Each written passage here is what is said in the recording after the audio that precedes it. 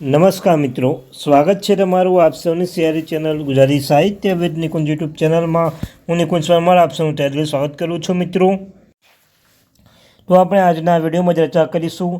હવે પેન્શનને એક સાથે બે વિભાગમાંથી મળશે પેન્શનને હવે ટેક્સ ચૂકવવો નહીં પડે અને સરકારે તિજોરીને આપ્યો આદેશ. જો તમે પેન્શનધારક છો તમારા માટે આ વિડીયો ઉપયોગી બનશે.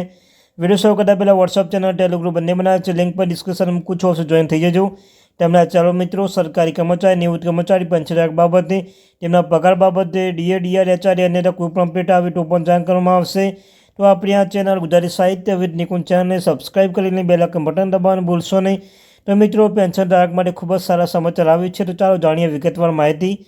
તો મિત્રો, સરકારી સેવામાં કામ કરતા કર્મચારીઓને તેમના મૃત્યુ બાદ પેન્શન આપવામાં આવશે. પહેલાં નિયમ મુજબ પરિવારના સભ્યોને બે સ્ત્રોતમાંથી ફેમિલી પેન્શન મેળવવા પર પ્રતિબંધ હતો. આ જોગવાઈ ફક્ત એવા કિસ્સામાં જ લાગુ હતી જે સરકારી કર્મચારી લશ્કરી સેવા પછી સિવિલ સર્વિસમાં પુનઃનિયુક્તિ મેળવી હોય. આવા કિસ્સાઓમાં કુટુંબ પેન્શન માત્ર એક સ્ત્રોતમાંથી ઉપલબ્ધ હતું, જેના કારણે કુટુંબના સભ્યો નાણાકીય અસુરક્ષાનો સામનો કરી રહ્યા હતા. ફેમિલી પેન્શન મહત્વનો સુધારો. 27 ડિસેમ્બર 2012ના રોજ જાહેર કરેલ સુધારાની સિસ્ટમ સંપૂર્ણપણે બદલી નાખી છે.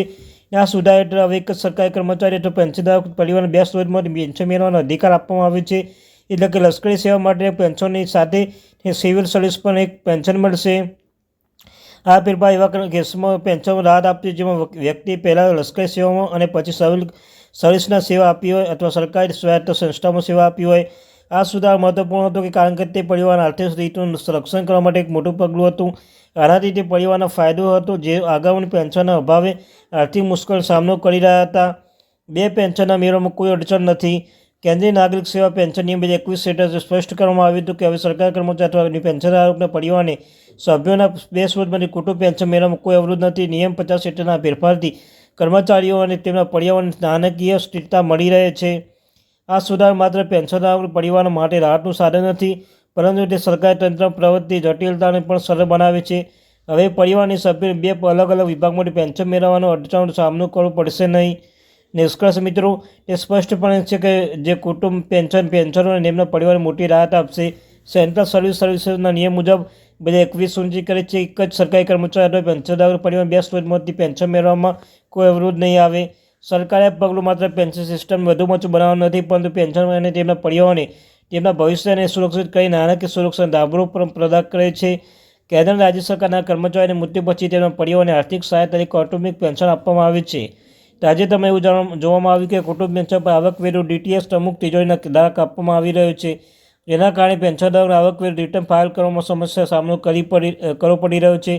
અને ધ્યાનમાં રાખીને સરકારે ફેમિલી પેન્શન ટીડીએસ કપાત અંગે મહત્વપૂર્ણ માર્ગદર્શન જારી કરી છે. ફેમિલી પેન્શન પર ટેક્સ સંબંધિત નિયમો શું છે? આવકવેરા અધિનિયમ 1961ની કલમ 192 હેઠળ કુટુંબ પેન્શન અન્ય સ્ત્રોતમાંથી આવક હેઠળ વર્ગીકૃત કરવામાં આવશે. આનો તે થયો કે ફેમિલી પેન્શન વેતન સામાન્ય પેન્શન જેવી કરપાત્ર આવક ગણવામાં આવતી નથી. આ કારણોસર કલમ 192 હેઠળ ટીડીએસ કાપવાનો નિયમ ફેમિલી પેન્શન પર લાગુ થતો નથી. સરકાર દ્વારા બહાર પાડવામાં આવેલા માર્ગદર્શિકા. ભારત સરકારના નાણામંત્રી 7 ડિસેમ્બર 2022ના પરિપત્ર નંબર 24/2022 સ્પષ્ટ કરી છે કે ફેમિલી પેન્શન પર આવકવેરો કાપવો જોઈએ નહીં. આ મુજબ ફેમિલી પેન્શનમાંથી ડીટીએસ કાપવાનું ગેરકાયદેસર છે અને પેન્શનધારકોને બિનજરૂરી મુશ્કેલીનું કારણ બનશે. આ માર્ગદર્શિકા ઉદ્દેશ્ય કુટુંબ પેન્શનોને રાહત આપવા માટે તેમનો અધિકાર રક્ષણ કરવાનું છે. તિજોરીના સૂચનાઓ. ઉત્તર પ્રદેશ ડિરેક્ટર તમામ તિજોરીના ફેમિલી પેન્શન ડીટીએસ ન કાપવાનો નિર્દેશ આપ્યો છે. જોકે આ કુટુંબ પેન્શનને ડીટીએસ કાપવાની લેખિતમાં વિનંતી કરે છે કે તે વિનંતી રેકોર્ડમાં સાચવી રાખવી જોઈએ અને તે મુજબ ડીટીએસ કાપવામાં આવશે. પેન્શન માટે રાહત. સરકારના પગલાંથી ફેમિલી પેન્શનને મોટી રાહત મળી છે કારણ કે તેનાથી તેમને આવકવેરો રિટર્ન ભરવા સંબંધિત સમસ્યા અને બિનજરૂરી કર કપાતમાં રાહત મળશે.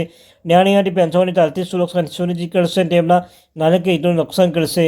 તો મિત્રો, આ તે મારી. Thank you very much.